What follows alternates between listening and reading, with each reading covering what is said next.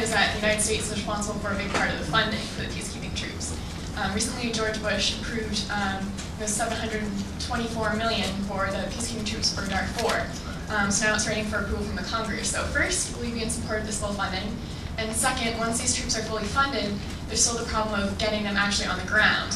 And the Khartoum government has said, oh, we want the troops to be fully composed of African nations. And they keep trying to put all these restrictions on it so that it's harder for the troops to get in there. So how will you work to get those troops actually on the ground to start protecting the civilians in Darfur? Well, it's a great question. And absolutely, I am in favor of the full funding. This is something that I've been fighting for since I got to the Senate. It will be a top priority. But you identified the real challenge. I mean, not that the money is anything to cough at, but in truth, that's the easy part. The hard part is assembling the peacekeeping force. And the people on this panel are far more familiar than I am with the fact that it is hard to get troops up. And so we've got, right now, and one of the things that we're going to have to fix structurally in the United Nations when it comes to peacekeeping is every time there's a peacekeeping mission, we've got to go hand in hand, country by country, and try to round up the requisite number of troops. And increasingly, the burden falls on poor countries. And they're not always the best trained, and they're not always the best equipped, and don't always have the logistical support that they need.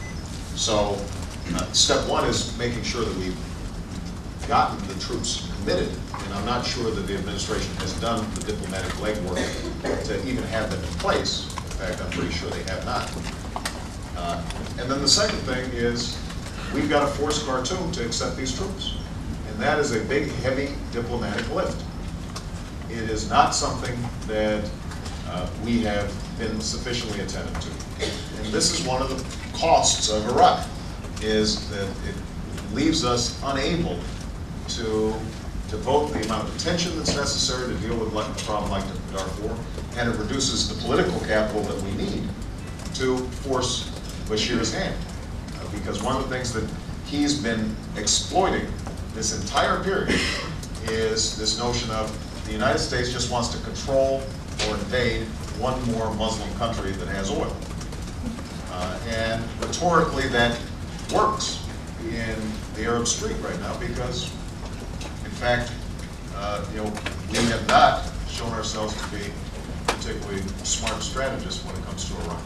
Susan, so what I will do as president is to engage and spend what political capital that I will have as president in order to make sure that that peacekeeping operation gets on the ground.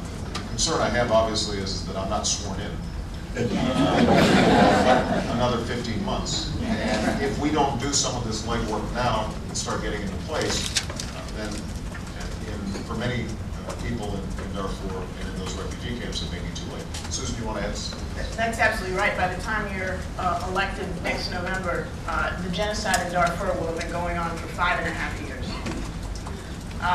Hundreds of thousands have already lost their lives. So in addition to looking to recruit troops for the UN and African Union force from Africa and from other parts of the developing world where the UN is currently looking and where the Sudanese are trying to limit the force to, part of the diplomatic lift will be also to encourage countries from the developed world that have specialized capabilities that this force so badly needs, whether it's helicopters with night vision capability or sophisticated command control and communications capability inside a headquarters to support those forces that are coming from Africa and other parts of the developing world.